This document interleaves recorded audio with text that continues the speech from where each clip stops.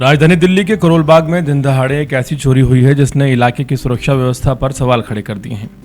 एक ज्वेलरी कारोबारी कन्हैया लाल की कार का शीशा तोड़कर बदमाशों ने करीब 2 करोड़ से ज्यादा कीमत के सोने और हीरे के जवाहरात पर हाथ साफ कर दिया और ये सब दिन दहाड़े हुआ। हैरानी की बात यह है कि वारदात उस वक्त हुई जब कारोबारी अपने बेटे ध्रुव सोनी और एक कर्मचारी के साथ महज खाना खाने गए थे। करीब 1.5 घंटे के अंदर बदमाश कार से लाखों करोड़ों का माल लेकर अचानक फरार हो गए और किसी को इस बात की भनक तक नहीं लगी। जो पीड़ित हैं कन्हैया लाल SKG कुंदन क्राफ्ट नाम से ज्वेलरी का कारोबार करते हैं।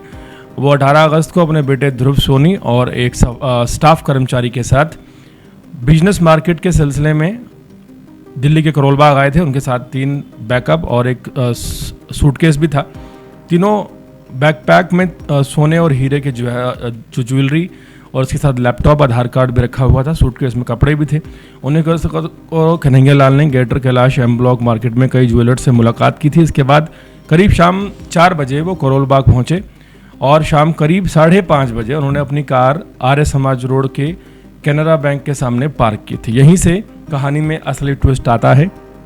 दरअसल कारोबारी, उनका बेटा और कर्मचारी अपनी गाड़ी में तीनों बैकपैक और सूटकेस छोड़कर पास के बीकानेर वाला रेस्टोरेंट में खाना खाने चले गए थे। उन्हें शायद अंदाज़ा भी नहीं था कि कार में रखा करोड़ों का माल बदमाशों के लिए आसान टारगेट बन जाएगा।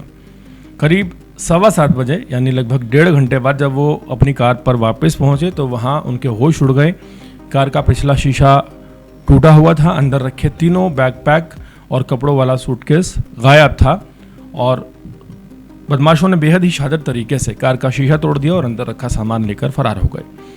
सबसे बड़ी बात यह रही कि जिस जगह कार खड़ी थी वहां आसपास बाजार, बैंक, दुकानें, लोग, सब कुछ मौजूद था। बावजूद इसके अपराधी सरेआम इस वारदात को अंजाम देकर मौके से बड़ी ही आसानी से फरार हो गए। चोरी हुए बैग में सोने और हीरे के कीमती जेवरात थे।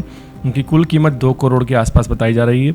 इसके अलावा लैपटॉप और आधार कार्ड भी चोरी हुए हैं। घटना की सूचना मिलते ही दिल्ली पुलिस मौके पर पहुंची और जांच शुरू कर दी। अब पुलिस आर्य समाज रोड, करोल बाग और आसपास के बाज़ारों में लगे जो CCTV कैमरे हैं उनकी फुटेज खंगाल रही है।